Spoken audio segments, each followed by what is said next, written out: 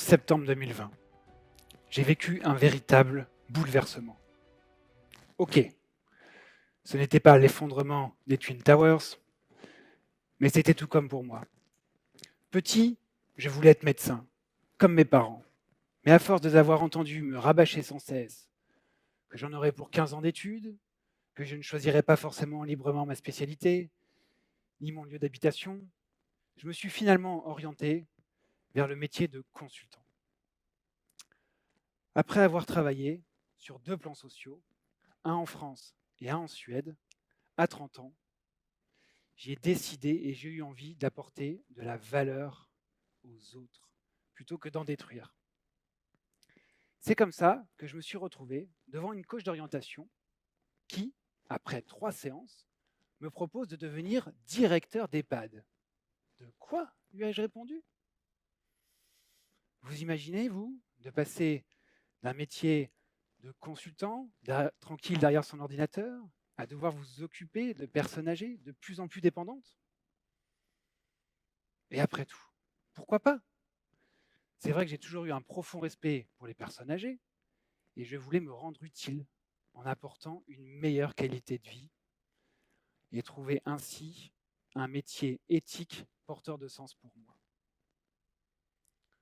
Au bout de quelques mois, me voilà directeur de maison de retraite médicalisée. Et au bout de 6 ans, je suis toujours là, toujours habité par le profond désir de faire évoluer les choses auprès de ces personnes vulnérables et de toutes mes équipes qui les accompagnent.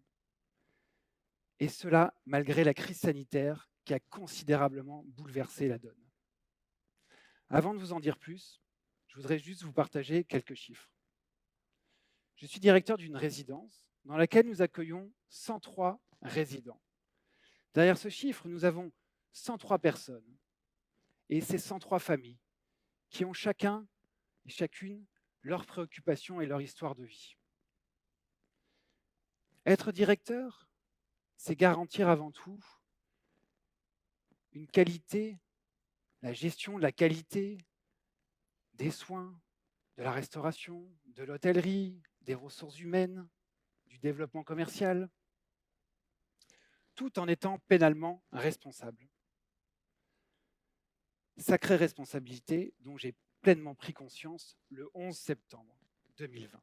Car oui, le 11 septembre 2020, à 21h30, je reçois un coup de fil de notre laboratoire qui m'annonce que nous avons notre premier résident Covid positif. Waouh, gros coup de massue pour moi. Un vrai bouleversement. En urgence, j'organise le dépistage massif de tous les salariés et de tous les résidents. Le lendemain matin, 8h du matin, nous organisons une réunion de crise avec toutes les équipes afin de mettre en place les protocoles Covid sur le terrain.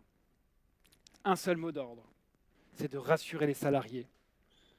Nous avons les équipements nécessaires pour assurer votre sécurité et nous allons créer une zone Covid afin de ne pas propager le virus dans toute la résidence. On ferme l'établissement, on confine les résidents en chambre. Plus aucune visite, plus aucun intervenant. Même Magali, la coiffeuse, ne peut plus intervenir. C'est si soudain que certains salariés paniquent. Les résidents ne comprennent plus et les familles sont terrorisées. Résultat des courses. Dimanche 13 septembre, nous avons 6 résidents et 4 salariés positifs. Malheureusement, un des résidents positifs se trouve dans notre unité protégée, secteur dans lequel nous accueillons 13 résidents ayant des troubles neurocognitifs, maladie d'Alzheimer ou maladie apparentée, qui déambulent jour et nuit. La pression monte. J'appelle notre médecin hygiéniste de l'hôpital d'Aix-en-Provence, qui nous accompagne depuis le début, afin qu'elle vienne rapidement sur le site. Entre-temps, j'envoie un courrier aux familles afin de les avertir de cette malheureuse nouvelle. Désormais, ce qui nous hante et ce qui nous dirige, ce sont les résultats PCR.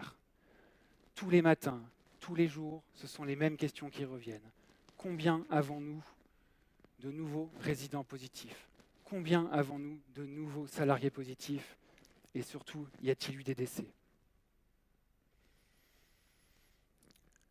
Au bout de 6 semaines, 6 longues semaines de crise. Nous avions 6 résidents décédés sur 22 contaminés.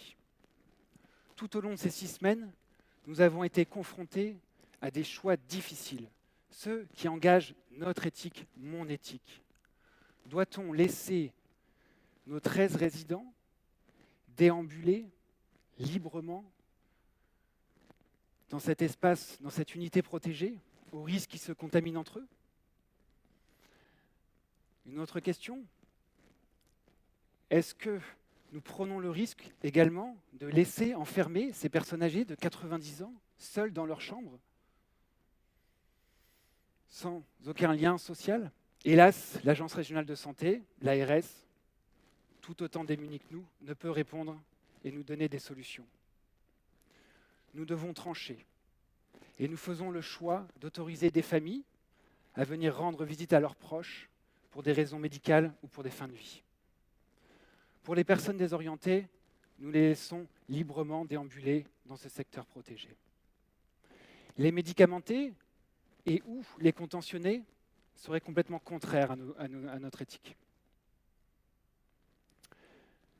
En tant que directeur, je me suis souvent senti seul face à mes responsabilités et ces décisions qui potentiellement pouvaient être lourdes de conséquences. Ce qui nous a conduit, c'est de faire ce choix avec le maximum de discernement, avec le maximum de bon sens, et d'être le plus juste pour toutes ces personnes vulnérables. Mais cette période n'a pas été que difficile. Elle nous a permis de belles découvertes. En particulier, cette incroyable capacité du collectif à s'organiser spontanément pour répondre à cette crise. Je me souviendrai toujours de ce samedi matin, lorsque je conduisais seul dans ma voiture en direction de la résidence. Et je vous avoue, j'avais une certaine appréhension. Je ne voulais pas imposer les choses aux salariés et surtout faire face à une démobilisation face à cette crise. Alors j'avais une seule idée en tête, c'était de nous souder. J'ai commencé ma réunion en leur disant « J'ai besoin de vous, nous avons besoin de vous et nous devons être tous solidaires ». Cette réunion fut extraordinaire. Ça a été une explosion de bonnes idées, de prise d'initiative, d'écoute mutuelle. J'ai senti chaque salarié motivé, investi par la situation et par le sort des résidents. J'ai vu émerger des ressources insoupçonnées en termes de prise d'autonomie et de capacité à s'adapter. Alors que les responsables étaient en train de contrôler, vérifier la mise en place des protocoles sur le terrain, les salariés étaient déjà en train de repenser eux-mêmes leurs tâches journalières en les adaptant à la situation. Certains salariés se sont même proposés de travailler dans la zone Covid, au risque d'être contaminés. D'autres même sont venus me proposer de réduire leur nombre de jours hebdomadaires de repos afin de ne pas laisser trop longtemps seuls les résidents contaminés. Nous avons vécu une véritable expérience d'intelligence collective, de ce fameux 1 + 1 = 2, = 3. Cette crise a été une opportunité d'entraide aussi spectaculaire qu'inattendue.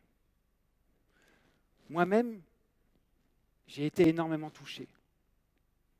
J'ai été émerveillé et fier de mes équipes et de toute la coopération dont nous avons fait preuve. Et puis un jour, sans aucune explication, tu retrouves les travers d'avant. Fini les initiatives, les salariés sont revenus à une organisation basique, linéaire, fondée sur des fiches de poste, des listes de tâches. Et pour moi, ça a été une grosse déception. J'ai réentendu des phrases toutes faites comme « on ne m'avait pas dit de le faire » ou « c'est pas inscrit sur ma fiche de tâches ». C'est à partir de ce moment-là où je me suis interrogé sur mon mode de management. Généralement, dans une organisation bien définie, dans un souci d'efficacité, on donne peu de responsabilités à nos salariés. Et c'est là une des origines majeures de la démotivation des gens. C'est vrai, chaque jour, pour chaque salarié, on leur demande de cocher des cases pour justifier leur travail. Moi-même, en tant que directeur, je dois remplir des tableaux de bord pour justifier mon travail. On peut se poser le sens de ces tâches. Alors, maintenant, je sais. Je sais qu'en dehors de tous ces tableaux de bord, mon rôle de manager est de créer et de faire du lien entre les activités de chaque salarié et leur impact sur le bien-être des personnes qu'on accueille. Et je le fais en posant cette question si simple du pourquoi. Pourquoi fais-tu ce métier? Pourquoi es-tu aide-soignante? Pourquoi es-tu infirmier? Je m'attache à donner à chaque salarié une place dans notre organisation et de les aider à prendre conscience de la valeur de leur travail. Notre mission au quotidien est d'accompagner chaque résident, chaque famille, chaque homme, chaque femme qui nous fait confiance. Alors, oui, avec cette question si simple mais si essentielle du pourquoi, en 2 mots, dans quel but et pour faire quoi, ça nous a permis de nous réveiller, de remettre au centre notre sens de l'engagement, notre essentiel. Et vous, cette question si simple, posez-la vous en vous disant pourquoi vous travaillez.